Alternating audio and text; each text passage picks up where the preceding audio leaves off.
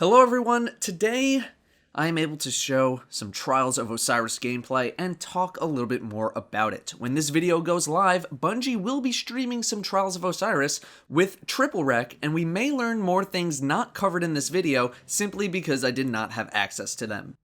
What is the Trials of Osiris? The Trials of Osiris are a competitive 3v3 arena in the Crucible. If you're knowledgeable about World of Warcraft Arena or Hearthstone Arena, this will feel familiar.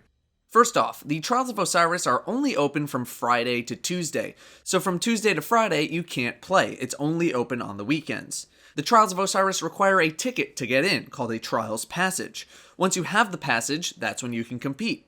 The passage only costs 100 Glimmer from Brother Vance, but will require the House of Wolves to compete. You can also only buy the passage once per week, so it sort of acts like a weekly reset.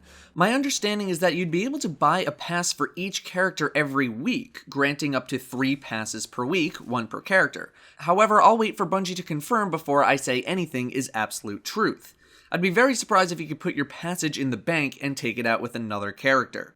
Also, you're seeing this match played on the Burning Shrine, but Trials of Osiris will also take place on other maps.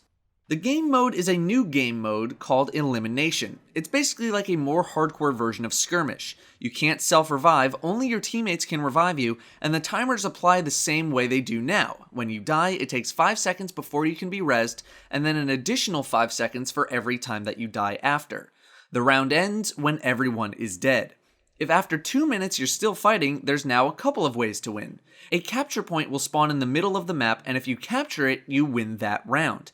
If no one captures that node after 30 seconds and there are still people alive, then apparently it's closest to the pin, aka whoever is closest to the capture point.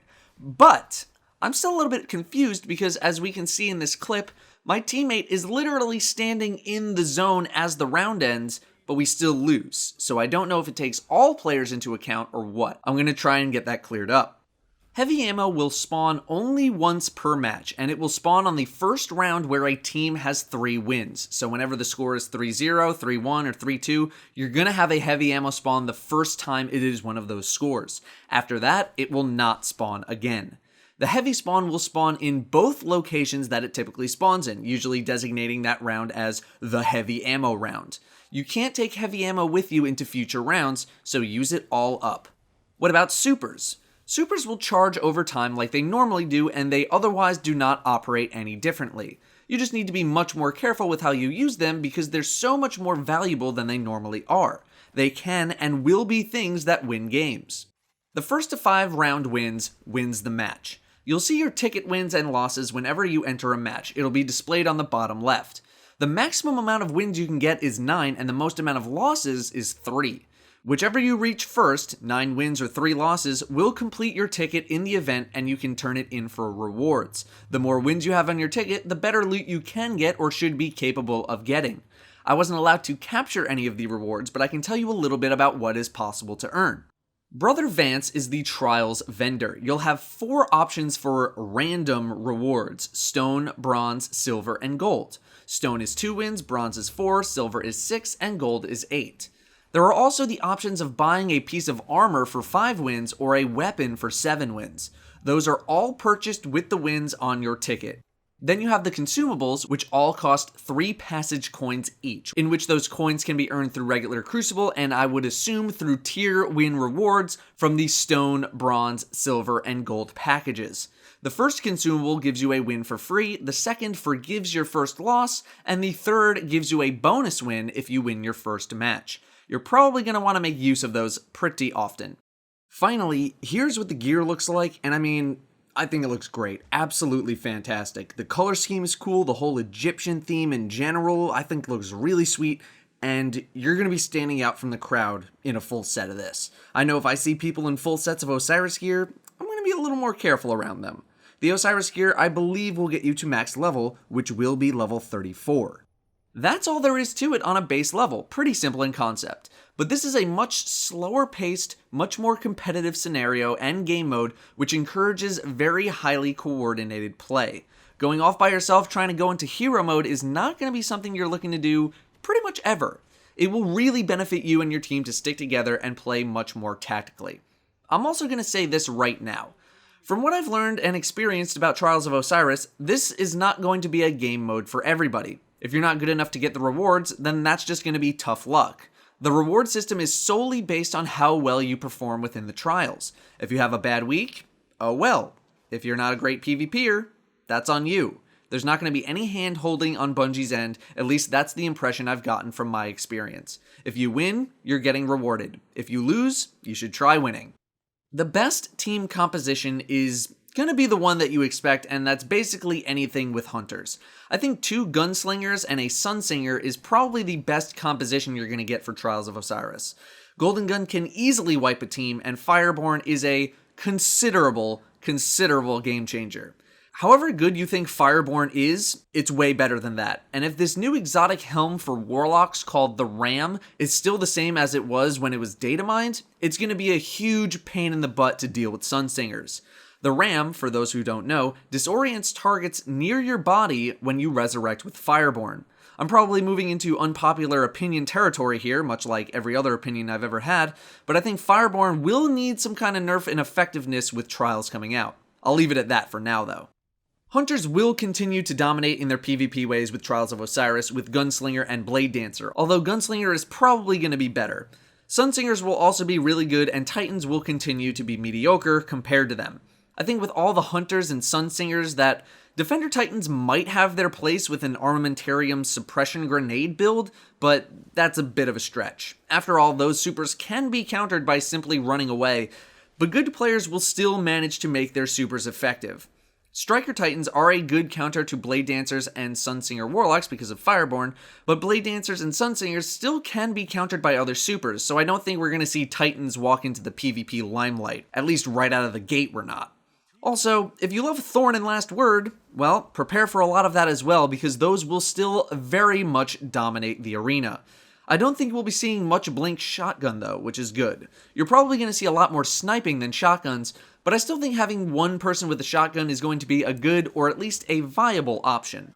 You can kind of get the vibe of how the game mode is going to play out by my playstyle. Very conservative, a lot of patience. There's actually a couple of benefits to being dead, as you can track the person who killed you exactly where they are at all times.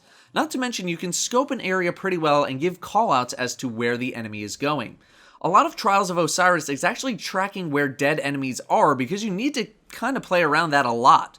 A 3v1 turning back into a 2v2 or even a 3v3 again is very much possible if you don't rotate people around and keep track of where other people are. The biggest thing you're going to want to do is learn how to rotate yourselves to chase down a final target while still being able to anchor dead enemies. Overall, I really liked my time with Trials of Osiris. It's a very different experience, one that Counter-Strike or World of Warcraft arena players are used to. It's a little bit slower paced than the instant respawning, blink shotgunning, super soaking Crucible chaos you're used to. I know Trials of Osiris is something that I'm going to enjoy every weekend when I want to get away from that.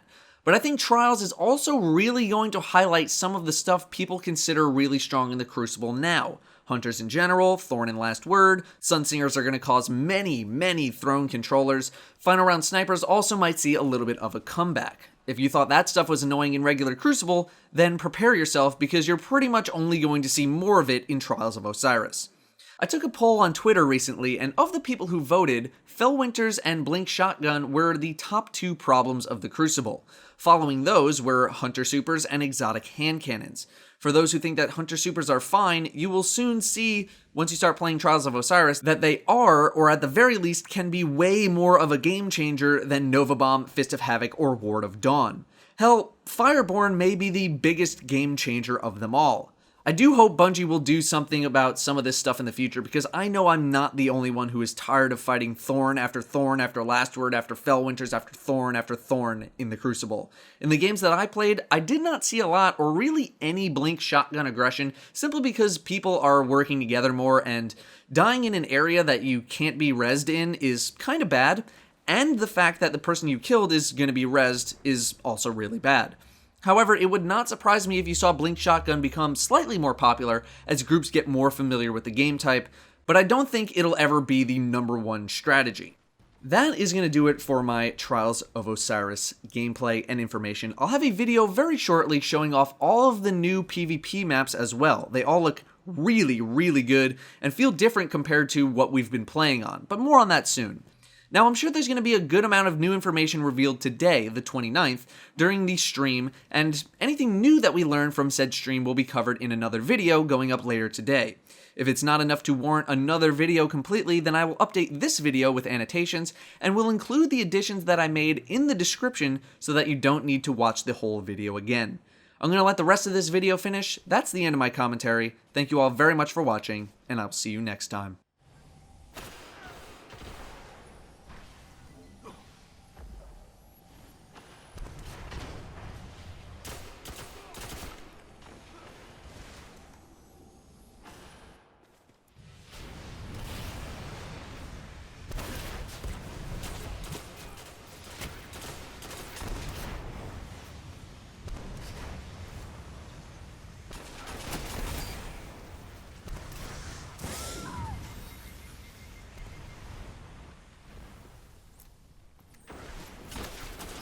Guardian down.